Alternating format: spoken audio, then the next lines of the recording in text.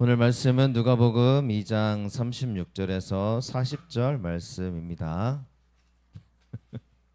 네, 우리 바트 학생이 나와서 성경 봉독하겠습니다.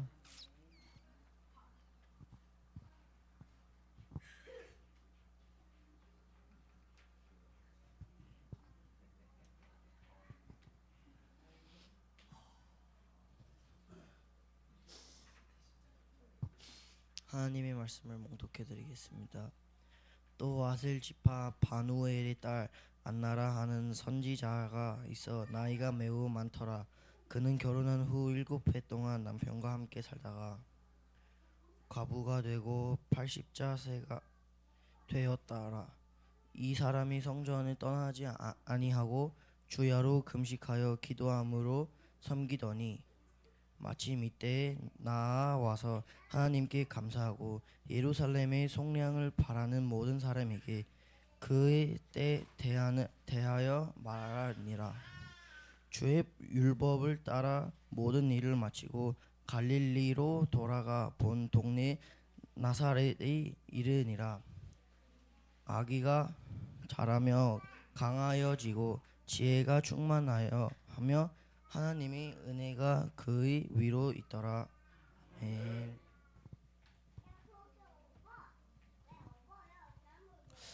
네, 버려야 할 것과 놓치지 말아야 할 것이라는 제목으로 함께 은혜 나누겠습니다. 서로 인사하겠습니다. 잘 오셨습니다. 잘 오셨습니다. 축복합니다. 잘 오셨습니다.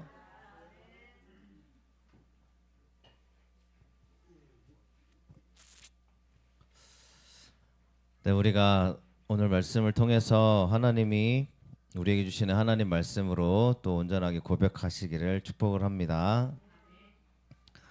버려야 할 게 있습니다, 여러분. 또 놓치지 말아야 될 게 있습니다. 오늘 안나라는 이 여인을 통해서 뭘 버려야 하는지, 뭘 놓치지 말아야 하는지 함께 그 은혜를 나누려고 합니다. 여러분, 우리 안에 버려야 될 게 뭐가 있을까요? 안나에 대한 이야기는 우리에게 이제 많은 걸 깨닫게 하고 생각하게 할 것입니다. 우리가 버려야 될 것은 두려움인 줄로 믿습니다. 여러분, 우리 안에 있는 두려움을 버리시기를 축원드립니다. 이 안나라는 사람의 얘기입니다. 이 사람은 선지자라고 되어 있어요. 예수님이 아기 때 아기 예수님을 만난 여인 중에 한 사람입니다. 성경에 기록되고 있는 사람인데 안나라는 이름을 가진 사람들을 여러분 많이 만나 보셨죠? 네, 그런 사람들의 이름이 왜 있는지 오늘 말씀을 통해서 한번 생각해 보셨으면 좋겠습니다. 36절의 말씀을 같이 읽어보겠습니다. 또 아셀 지파 바누엘의 딸 안나라 하는 선지자가 있어 나이가 매우 많았더라. 그가 결혼한 후 7해 동안 남편과 함께 살다가 아멘. 안나라고 하는 사람은 선지자라고 되어 있어요. 여러분, 선지자면 믿음이 좋겠어요? 안 좋겠어요?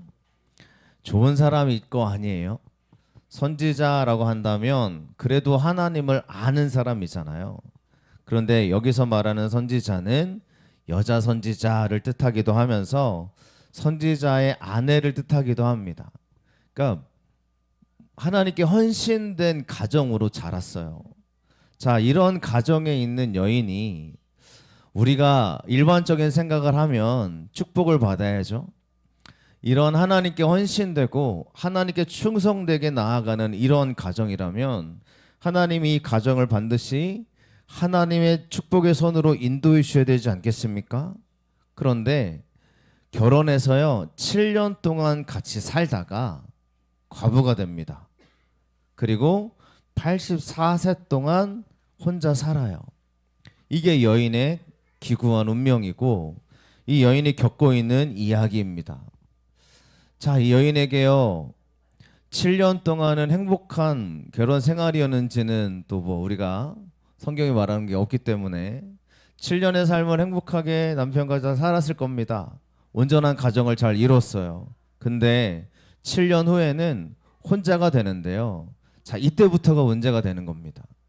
왜냐하면 에스겔서 말씀에 보면요.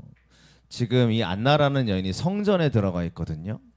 근데 에스겔서 말씀에 보면 성전 안에 있는 제사장들에게 하는 말이 있는데, 야, 너 포도주도 마시지 말고 이혼한 여자한테는 절대 장가들지 마라. 그리고 혼자 된 여인, 게다가 이 처녀에게나 장가를 가되 제사장의 과부에게는 장가를 들 수 있다라는 게 성경의 말씀이에요. 그러면 선지자의 아내잖아요. 선지자의 아내니까 제사장의 아내가 아니란 말이에요. 그러니까 여인은 제사장들에게도 관심의 대상이 아닙니다. 그러니까 한마디로 말하면 그냥 홀로 지내야 되는 여인이에요. 굉장히 안타까운 여인이라고 할 수 있는 상황이 오늘 말씀 가운데 보여지고 있는 겁니다. 안나라는 여인이 성전에 들어가서 거기서 있었다고 말하니까요. 성전에 있었을 때 이곳에 자기와 같은 운명을 갖고 있는 사람들이 많이 있으면 좋겠지만 많이 있겠어요? 많이 없잖아요. 이러한 삶을 살아가는 사람들이 얼마나 많이 있겠어요? 물론 이런 사람들만 모인다면 모르겠지만 성전에 들어갈 수 있는 사람들은 제사장들이고요. 좀 이따 보겠지만 여인들이 있어야 될 곳은 또 따로 존재해요. 그러니까 이곳에 있는 이 여인은 한마디로 아무도 관심을 갖지 않았을 거고 그저 자신만 혼자 거하고 어쩌면 아무도 말을 안 붙일 수도 있는 상황입니다. 그렇게 있는 거예요. 이런 여인이 갖고 있는 상황은 바로 이런 현실 가운데 놓여져 있는 안나라는 사람의 모습을 우리가 볼 수 있습니다. 이 여인이 정신이 강한 사람이었다면 야, 뭐 나는 상관없어. 그럴 수 있겠지만요. 아무리 정신이 강해도 아무리 마음이 강해도 이런 어려움을 갖고 있는 사람들의 약점이 무엇입니까? 자존감의 문제가 찾아온다는 거예요. 나는 쓸모없는 존재가 아닌가. 나는 더 이상 아무것도 할 수 있는 존재가 아니지 않을까. 내가 뭘 할 수 있을까. 나는 분명히 하나님의 선지자로서 내가 결단하고 하나님 말씀대로 살기를 결심하고 여기까지 왔는데 지금 내 모습을 보니 남편도 이제 내 곁에 없고 자녀도 없죠. 없는 것 같아요. 자녀도 없고 철저히 혼자예요. 그런 삶을 살아가고 있는 여인이요. 아무리 신앙이 좋고 아무리 마음이 담대해도 이게 1년, 2년, 3년 지나가면 사람들이 관심도 안 가져요. 말도 안 붙일 수 있어요. 이 여인은 그냥 논외예요. 사람들이 그냥 왔다 갔다 하면 눈길도 안 줄 수도 있는 그런 여인의 삶을 살고 있는 겁니다. 이 여인이 버려야 될 게 뭐가 있을까요? 이 여인이 버려야 될 거는요. 바로 이러한 자신의 현실 속에 나는 쓸모없는 존재야 라는 이 자존감을 어쩌면 무너져 있는 이런 마음들을 버려야 된다라는 걸 우리는 잘 알고 있습니다. 맞죠? 이런 모습을 버려야죠. 우리가 상담은 쉽게 어쩌면 뭐 쉬운 건 아니지만 상담할 때는 당연한 얘기를 해줄 수 있어요. 저에게도 상담 가끔 요청하는 친구들이 있기 때문에 얘기하면 야, 하나님이 반드시 도와주실 거야. 지금의 모습은 우리가 현실은 내가 정말 눈에 보이지 않아도 하나님이 너를 굉장히 귀하게 축복해 주실 거야 라고 제가 말을 하잖아요. 당연히 하잖아요. 근데 여러분 당사자에게 그 마음을 버리는 거는요 쉽지 않은 겁니다. 쉽지 않은 거예요. 제가 전에도 말씀드렸지만 개척을 제가 2번째 하고 있으니까 첫 번째 개척할 때도 제가 열심히 했지 않았겠습니까? 첫 번째 개척했을 때도 물론 네, 뭐 많은 어려움들이 있었지만 그래도 은혜로운 일들이 많았단 말이죠. 가끔 개척하는 친구들이 저한테 찾아와서 말했어요. 목사님 개척을 해도 될까요? 제가 그때마다 했던 말이 뭐냐면 야, 할 수 있어. 그죠? 야, 하나님이 개척할 때 특별한 은혜를 부어주셔. 제가 그랬단 말이에요. 근데 당장 제가 이제 개척을 하게 되는 이 주함교회를 개척해야 되는데 제가 그렇게 말했던 사람이잖아요. 야, 할 수 있다니까. 하나님이 얼마나 큰 은혜를 부으실지 기대하자. 이게 제가 했던 말이거든요. 근데 당장 제가 개척을 하니까요. 그 말이요. 제 가운데 적용이 안 되는 거예요. 남들에게 해주는 말은 쉽게 할 수 있거든요. 야, 괜찮아. 너 잘 될 거야. 걱정하지 마. 야, 하나님이 너 함께 하셔. 이런 말은 할 수 있어요. 들을 수 있어요. 근데 실제로 그 말을 내가 붙잡는 것은 이게 쉽지 않은 일이더라라는 걸 여러분 우리가 알고 있을 줄로 믿습니다. 그래서 우리가요 오늘 말씀을 읽으면서 이 선지자가 버려야 될 거는 그래 여인도 하나님의 축복의 사람이지. 지금 남편도 없고 철저히 혼자고 아무도 알아주지 않는다고 하여도 당신에게 하나님의 뜻이 있습니다 라는 말을 들어야 되는 걸 우리가 알고 있습니다. 들어야 됩니다. 그렇지 않습니까? 그러면 저와 여러분들도요 하나님 앞에 버려야 될 것을 버리시기를 축원드립니다. 이거는 결단인 것 같아요.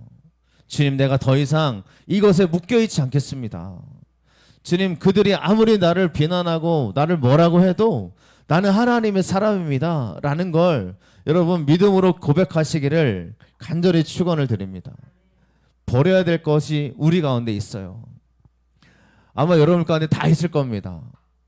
특별히 이 자존감의 문제는요 모든 사람들에게 다 있는 것 같아요. 그래서 우리가 버려야 될 걸 버리시는 우리가 되시기를 축복합니다. 너무 잘하시는 분이죠. 김창옥 씨라는 유명하신 분이 이 자존감에 대한 이야기를 한 적이 있어요. 자존감은 자신을 존중하는 마음이래요. 사람들을 보니까 자존감이 다 낮더래요. 높은 사람이 별로 없더래요. 근데 오늘날 자존감이 가장 높은 짐승이 뭔가 봤대요. 강아지더래요. 강아지는 자존감이 제일 높대요. 이 강아지는 사람이 아니잖아요. 그러니까 그분이 하는 말이에요. 강아지는 사람이 아니잖아요. 근데 자기가 사람인 줄 안대요. 사람인 줄 안대요. 그래가지고 자기 위치가 또 있어요. 내 위치. 집에서도 자기 서열이 자기가 있는 거예요.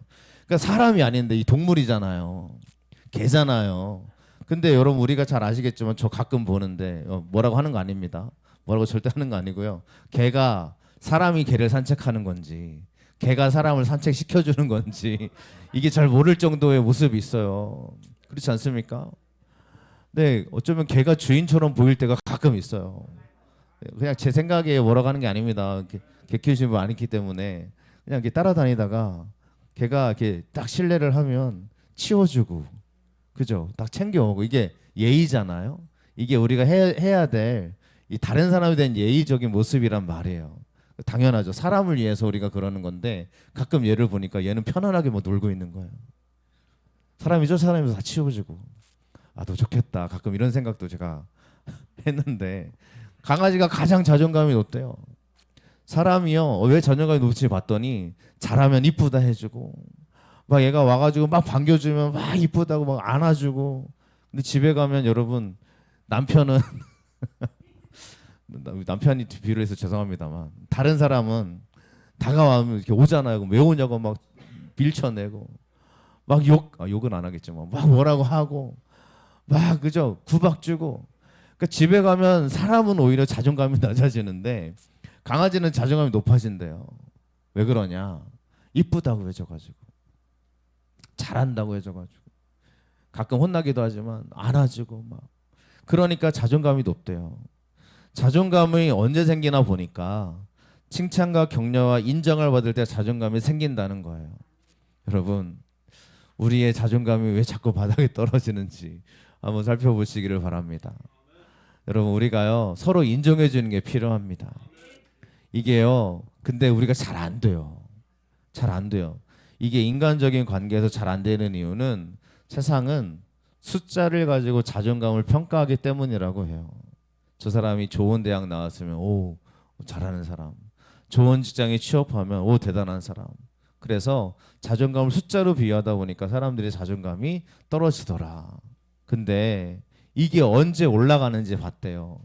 자존감이 올라가는 사람들에게 언제 나타나냐면 위기를 당했을 때 오히려 자존감이 높아지더래요. 사람들에게 그런 사람들이 누군지를 봤다는 겁니다. 그래서 이런 비유를 해요. 하나의 약을 만드는데 최소한 10년이 걸린다고 하는데 이 약이 1,000억 이상의 예비비를 들어야 된대요. 그런데 우리 인간에게는 다이돌핀이라는 게 나온대요. 근데 이게 엔도르핀의 4,000배의 효능인데 어떨 때 나오냐면 감동을 받거나 깨달을 때 이게 나온다는 거예요. 그래서 이런 게 정말 많이 나오는 사람들은 이런 자존감이 높은 사람들이래요. 근데 이게 언제 나오나 봤더니 누구냐? 어떤 사람이 가장 많은 이런 일을 감당하나 봤더니 성직자나 종교일 중에서도 막 기도하는 사람들한테는 이러한 감동을 받는 일들이 많이 일어나더라. 그리고 깨달음이 많이 일어나더라. 그래서 그러더라. 그분의 말인데 성직자들이 그래서 아무리 힘들어도 그 일을 감당하는 모습처럼 보이는 것 같다.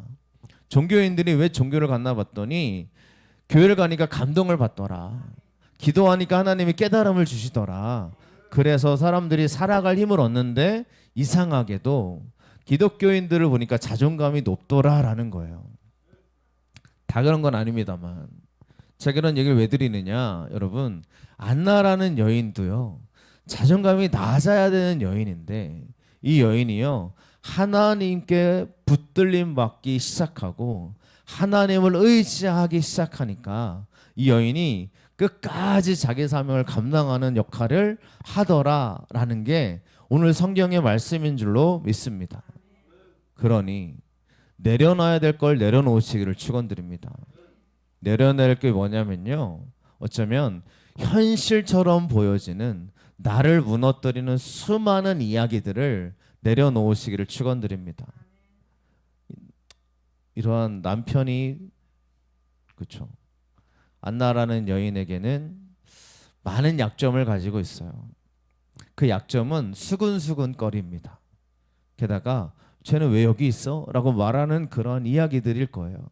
그런 이야기들 속에 살면 얼마나 힘들어요. 하지만 하나님의 은혜는 하나님을 붙잡는 사람들에게 있더라라는 걸 믿으시길 축원합니다. 그래서 내가 놓치지 말아야 될 게 뭐냐면 바로 하나님을 의지하는 믿음을 놓치지 말아야 될 줄로 믿습니다. 여러분, 하나님을 의지하는 믿음을 놓치지 않으시기를 축원드립니다. 그러니까 내가 버려야 될 거는요, 나를 좌절시키는 것들이고요. 내가 붙잡아야 될 거는요, 나를 통해 일하시는 하나님의 은혜를 붙잡으시기를 축원드립니다. 오늘 말씀이었는데 이 안나에 대한 이야기입니다. 37절 말씀을 같이 읽어보겠습니다. 과부가 되고 84세가 되었더라. 이 사람이 성전을 떠나지 아니하고 주야로 금식하며 기도함으로 섬기더니. 아멘. 안나가 붙잡은 거는요, 하나님을 붙잡은 거예요. 근데 이 여인이 지금 성전을 떠나지 않았다고 했잖아요. 자, 이게 실제 성전의 모습인데 이게 여인의 뜰이에요. 그렇죠? 그러면 안나는 여기 있었을 거예요. 저 안쪽에 제단은 제사장들이 들어가는 곳입니다. 이 여인의 뜰을 보니까 뭐가 있어요? 문이 있고요, 창고 있죠. 그럼 여인의 뜰에서 여인들이 뭐 하겠어요? 뭐 제사 드릴 때 특별히 뭐 큰 힘을 주시겠어요? 아니요, 땔감 날라주고, 그죠? 청소하고, 제단도 못 들어가니까 여기 청소했을 거예요. 땔감 날라주고 아마 장작 패고, 그죠? 이런 일들을 했을 거란 말입니다. 기름 날라주고, 이런 거밖에 더 할 게 있어요? 여러분, 이게 큰일이 아니잖아요. 근데 여기를 떠나지 않았다는 거, 이게 뭐 엄청난 일이라고요. 이게 안나 아니면 할 수 있는 일이 아닙니다. 그냥 여인들이 하는 일들이에요. 여기를 떠나지 않는 거예요. 그러니까 안나가 뭔가 특별한 일을 맡은 게 아니라는 거죠. 그런데도 거기를 떠나지 않는 것은 그가 하나님을 붙잡기 때문인 줄로 믿습니다. 성전을 떠나지 않았는데요, 여러분, 안나의 나이가 결혼했을 때 결혼 정년기가 10대니까 우리가 이 예수님의 어머니 마리아 함께 말씀드렸죠. 10대의 나이 임신했다고요. 그 결혼 정년기가 14세, 17세 동안이니까 이때 결혼했다고 쳐보면 7년 만에 과부가 됐잖아요. 24살에 과부가 된 거예요. 얼마나 어린 나이에 과부가 됐습니까? 근데 84세가 될 때까지 성전에 있었다고 했잖아요. 그러니까 60년 동안 성전에 있는 거예요. 60년. 여러분, 60년을 하나님께 헌신하는 게 쉬운 일입니까? 저는요, 하나님이 안나를 보시는 이유가 여기 있다고 생각해요. 60년 동안 하나님을 붙잡는 이 여인을 하나님이 거부하시겠어요? 그런 하나님이면 안 되잖아요, 그죠? 물론 이 여인이 헛되이 보냈다면 모르겠지만 60년을 아무도 알아주지 않는 땔감 날라주고 기름 날라주고 청소하는 이 일을 하면서요 버티는 거예요. 근데 이 여인이 버틴다라는 개념보다 저는 이곳이 이 여인에게 살 수 있는 곳이었기 때문이라고 전 믿습니다. 우리가 왜 힘들고 두려울 때 하나님을 의지하냐? 그 순간이 찾아올 때 하나님이 원하시는 게 있어요. 꼭 부탁을 드립니다. 저희 교회 주함께 교회가 여러분 이 자리가요. 하나님이 여러분을 만져주시고 치료하시고 축복하시는 그런 하나님의 성전이 되기를 축원합니다. 우리는 하나님이 나에게 믿음을 요구하실 때가 있어요. 나에게 하나님 앞에 나아가기를 원하실 때가 있어요. 그때가 언제냐면 나에게 가장 큰 두려움이 닥쳤을 때 그 두려움을 버리고 하나님께 오기를 원하시더라는 거예요. 여러분 이게 우리가 인생 살아가는데 얼마나 자주 또 얼마나 우리를 괴롭히는 문제들이 얼마나 나를 찾아옵니까? 그때마다 하나님은 얘기하시는 거예요. 떠나지 말라고. 하나님께 나오라고요. 주님을 의지하라고 말씀하시는 줄로 믿습니다. 그런데 우리가 60년 정도 됐으면 우리가 대부분 생각하는 게 뭐냐면 야, 안 되는구나. 그죠? 이렇게 충성했는데 이렇게 하나님만 의지했는데 아니 10년만 해도 뭐 엄청 오래 한 거잖아요. 제가 목회한 지 이제 16년이 되더라고요. 목회한 지가 아니라 목사 안수 받은 지 가끔 막 한탄스러워요. 그죠? 16년 됐는데 나 뭐 하고 있나 가끔 이럴 때도 이런 생각이 들 때도 있어요. 여러분 근데 제가 그런 생각이 들 때마다 그쵸 어떠한 걸 내려놔야 될까요? 뭘 버려야 될까요, 여러분? 제 안에 있는 그런 부정적인 생각들을 내가 버려야 되죠. 그리고 어떤 걸 붙잡아야 돼요? 하나님을 붙잡아야죠. 하나님을 의지해야죠. 여러분 이게 당연한 얘기잖아요. 이 얘기를 모를 사람이 누가 있어요? 근데 실제로 나에게 그런 일이 닥치면 하나님은 보고 계시는 거예요. 원하시는 거예요. 네가 나에게 오기를. 너라는 사람이 나를 붙잡기를. 그 시간이 안나라는 여인은 60년 동안 한결같이 하나님을 의지했기 때문에 그 여인을 하나님은 결코 외면하지 않으시더라라는 걸 우리가 믿고 나아가시길 축원합니다. 주야로 금식하고 기도하고 섬겼대요. 이 여인이 한 일입니다. 금식하고 기도하고 섬기는 거예요. 제가 예전 작년에 장례식을 한번 다녀온 적이 있었는데 그 교회예요. 그 교회는 밤새 기도하시고 철야하시는 권사님들이 한 4-5명 계시는 분이에요. 그러니까 실제로 보면 밤새 모여서 기도실이 따로 있어서 물론 거기서 대화도 하시겠죠. 거기서 뭐 이런저런 얘기도 하시겠죠. 근데 그런 분들이 모여서 기도하는 장소가 있어요. 그런 분들을 보시면서 저도 볼 때 굉장히 참 대단하다. 솔직히 그 교회가 세워지는 거는 목사님들의 영향력도 있겠지만 그런 분들의 기도가 있기에 그런 분들이 기도로 기둥이 되어 주시기에 그 교회가 세워진다고 저는 믿거든요. 근데 그분이 돌아가셨다는 거예요. 갔어요. 가가지고 장례식을 참여하고 갔는데 그분 아들 되시는 이제 그분이 장로님이신데 아들 장로님이 그러시는 거예요. 어머니는 평생 기도하다가 죽는 게 소원이었는데 기도하다가 돌아가셨다는 거예요. 기도하다가 화장실에 가셔가지고 화장실에 계셨는데 이제 그거 아시잖아요. 이제 저혈압 때문에 점점 이제 의식을 잃어가시면서 돌아가셨다는 거예요. 어머니의 평생 기도 제목이 그거였대요. 기도하다가 죽는 거. 근데 그걸 이루셔서 우리 어머니 참 기도대로 사셨다고. 정말 그러시는 모습을 말씀을 들으면서 와 그래 하나님이 이런 가정을 결코 외면하시겠나. 이런 가정에 하나님의 축복의 은혜가 있지 않겠나 라는 생각을 하고 그런 고백을 하고 돌아온 경험이었습니다. 그리고요 또 제가 전에 있던 교회 장로님 부인 되시는 권사님이신데 이분도 늘 교회에서 철야하시는 분이었어요. 철야를 많이 하시는 분이었어요. 그 기도하시는 분이었죠. 근데 그분이 돌아가셨어요. 그리고 나서 그 철야 모임이 사라졌어요. 더 이상 기도하는 사람이 나타나지 않았어요. 코로나가 겹치기도 했겠지만 그랬어요. 그러니까 이상하게 교회가 문제가 생겨요. 그것 때문이라고 얘기할 수 없겠지만 이상하게 기도하는 어머니가 사라지니까, 권사님이 사라지니까 그 교회에 뭐 문제가 생기기 시작하고 막 이런 이상한 일들이 일어나기 시작하더라는 거예요. 이럴 때 우리가 기도해야 된다는 걸 알거든요. 우리 같이 기도합시다 하면 해야 되는 거 알거든요. 근데 기도하자라고 했을 때 여러분 순종할 수 있는 거, 이거 하나님이 여러분들을 보시는 축복의 시간인 줄로 믿습니다. 수예배 금요기도를 드리는 것은요, 뭔가 특별한 이유가 있어서가 아닙니다. 그 시간을 통해서 하나님이 나를 지켜보시는 시간이기 때문입니다. 기도하는 시간, 부르짖는 시간, 하나님의 축복의 시간으로 우리를 붙잡아 주실 줄로 믿습니다. 그러니 여러분, 우리의 길에 내가 내려놓지 말아야 될 것이 무엇인지를 아셨으면 좋겠습니다. 내가 붙잡아야 될 게 무엇인지를 우리가 아는 거로 끝나는 게 아니라 실제로 그렇게 하나님을 붙잡고 나아가는 저 여러분 되시길 간절히 축원을 드립니다. 여러분, 우리가 수요예배 금요기도에 활짝 열려 있으니 많이 오셔서 예배하시고 또 찬양하시고 기도하는 우리가 되었으면 좋겠습니다. 이 여인에 대한 얘기입니다.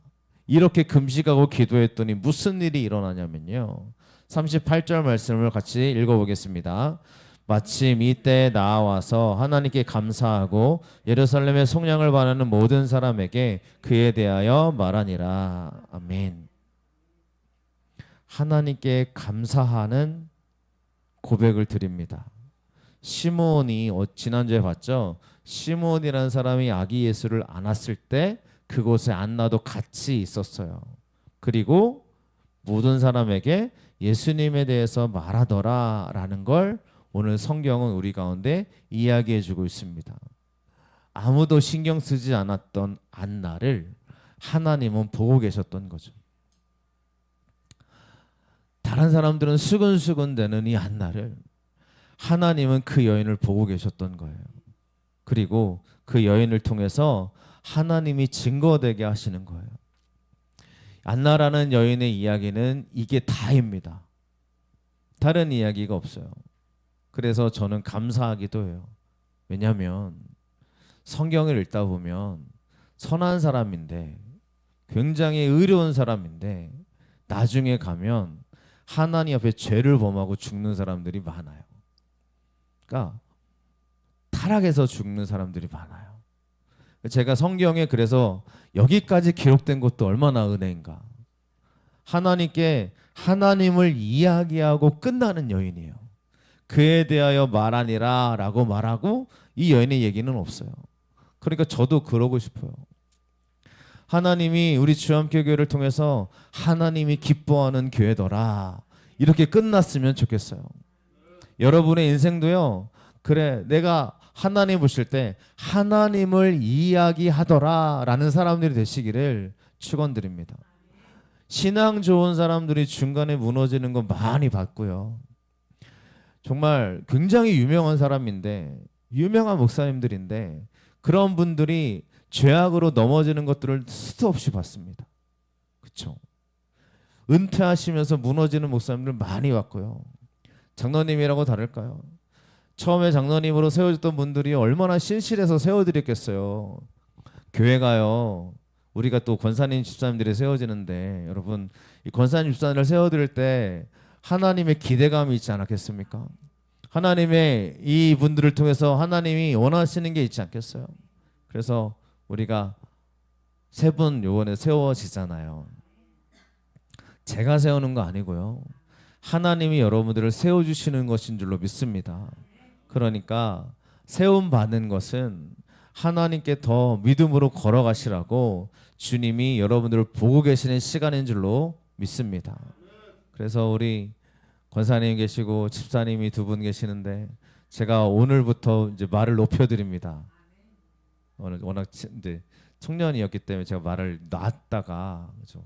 높여야지 하다가 어제부터 문자로 보내서 집사님 내일 함께 하시나요? 제가 이렇게 문자로 보내드리고 우리 같이 기도하고 나아가고 있는 우리 귀하신 분인데, 그래서 우리가 이렇게 하는 이유는 다른 거 아닙니다. 우리가 서로에게 하나님께서 기뻐하시는 사람이 되자. 하나님이 원하시는 사람이 되자. 그러한 우리가 되었으면 좋겠습니다. 우리 특별히 우리 딸이 여기 있는데 엄마가 집사님이 됐다고 막 강요하면 안 돼. 집사님인데 그럴 수 있어? 집사님이 됐는데 어떻게 나한테 그럴 수가 있는 거야? 이렇게 하면 안 돼요, 그죠? 이런 애들 뭐, 너한테 그런 넌 안 할 거를 다 알지만, 네, 이렇게 얘기하는 이유는 저도 역시 그래요. 저도 그렇습니다. 저도 목사잖아요. 우리 아이들한테 목사여야 되잖아요. 우리 아이들이 그럴 때 목사님이 그럴 수 있어? 가끔 제가 깜짝깜짝 놀랐는데 여러분 아무도 신경 쓰지 않았더니 안 나지만 하나님은 여인을 집중하고 계신 줄로 믿습니다. 아무도 신경 쓰지 않았던 인물 중에 한 사람이 있어요. 다윗의 이야기인데 다윗이 압살롬에게 쫓겨납니다. 큰일을 당했죠. 근데 우리는 다윗과 압살롬을 잘 알거든요. 근데 이때 아렉 사람 후세라는 사람이 있어요. 잘 모르시죠? 기억도 없어요. 우리는 이런 사람이 있는지도 몰라요. 근데 이 사람은 누가 알아주지도 않은 사람이에요. 기억에도 있는 사람이 아니에요. 근데 아렉 사람 후세는 말 그대로 아렉 사람이라 이방인입니다. 근데 다윗의 친구예요. 굉장히 다윗을 존경했던 모양이에요. 압살롬에서 쫓겨나니까 후세가 자기 군대 다 데리고 다윗에게 합류하려고 찾아옵니다. 다윗, 내가 너와 함께 할게. 내가 널 절대 떠나지 않을 거야. 후세가 이래요. 그러니까 다윗이 얼마나 감사해요. 근데 다윗이 후세한테 한 가지 일을 맡깁니다. 나를 따라오지 말고 너는 압살롬에게 가서 그의 종이 되겠다고 얘기해라. 그 다음에 압살롬의 계획을 다 이렇게 수집을 해서 사독과 아비아들 제사장에게 알려주면 그들이 나한테 전달해서 내가 대비할 수 있게 첩자로 들어가라 그래요. 후세가요, 물론 자기가 다윗을 따라가는 걸 목숨을 걸었겠지만 첩자로 들어가는 게 얼마나 위험한 일입니까?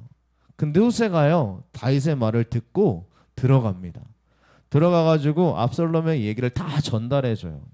그래가지고 이 후세라는 사람이 그 전달을 할 때 그곳에 누가 있냐면 압살롬의 옆에 딱 붙어있는 사람이 누가 있냐면 원래 다윗에게 모사로 있었던, 모사가 뭐냐면요, 전쟁할 때 이렇게 해야 됩니다. 다윗이요 지금 이거 할 때입니다. 옆에서 이렇게 챙겨주는 비서 같은 역할이에요. 모사로 있었던 아히도벨이 압살롬의 편에 딱 붙어 있습니다. 그러니까 다윗을 잘 아는 사람이죠. 이 사람이 압살롬에게 충성을 맹세해요. 배반자죠. 이 아히도벨이 압살롬에게 다윗의 이야기를 해주면서 지금 빨리 모든 사람이 다윗을 쫓아가야 됩니다. 막 다윗을 지금 쫓아가지 않으면 안 돼요. 막 이런 계획을 내놓는단 말이에요. 근데 이때 후세가 딱 나타나서 이렇게 얘기합니다. 다윗은 전쟁에 능한 사람입니다. 지금 왕이 쫓아가면 오히려 당할 수 있어요. 정비하세요. 좀 더 준비하세요. 해가지고 다윗 지금 정신 못 차릴 때 쫓아가지 않게 하고 잠깐 시간을 벌어요. 그래서 실제로 다윗이 그 시간을 정비하고요. 압살롬이 다음에 그래 후세가 더 얘기가 좋다. 후세가 더 좋은 계획인 것 같다. 그래서 후세의 계획을 따르거든요. 후세의 계획을 따라가지고 후일에 다윗을 쫓아갔을 때 후세가 그 일을 다 알려주고 다윗은 도망가고 압살롬은 거기서 죽음을 당해서 다윗이 새롭게 다시 왕위를 찬탈하는 그러한 역할을 감당하게 하는 사람이 후세라는 사람이에요. 알려지지 않았어요. 근데 알려지지 않은 이 한 사람 때문에 다윗의 역사가 바뀌더라라는 걸 우리가 성경을 통해 보게 됩니다. 여러분, 우리가 알려지지 않아도 됩니다. 특별히 유명한 사람이 아니어도 됩니다. 하지만 하나님은 역사를 바꾸는 사람이 누구냐면 알려지지 않은 하나님께 충성스럽게 매달려 있는 그 한 사람을 통해서 주님이 일하시더라라는 걸 믿으시기를 축원합니다. 그러니까 여러분 우리들의 모습이요 연약해 보일 수 있습니다. 후세처럼 아무도 모르는 사람일 수 있어요. 그래서 누가 저를 알겠어요? 누가 우리를 알겠어요? 하지만 하나님이 여러분을 알고 계신다는 거예요. 하나님이 여러분을 집중하고 계신다는 거예요. 믿으시기를 축원합니다. 하나님이 여러분을 통해서 주의 역사를 이루어 가실 줄로 믿습니다. 그러니 오늘 말씀을 듣고 꼭 버리실 걸 버리시길 축원합니다. 버리세요. 나는 안 돼. 나는 너무 어려워. 나는 두려워. 이 두려움을 버리시기를 축원합니다. 그리고 뭘 의지하셔야 돼요? 하나님이 하실 거야. 하나님을 의지하는 자를 반드시 기억하신다고 했어. 이 믿음 가지고 나아가는 저 여러분 되시기를 간절히 축원합니다. 찬양하겠습니다.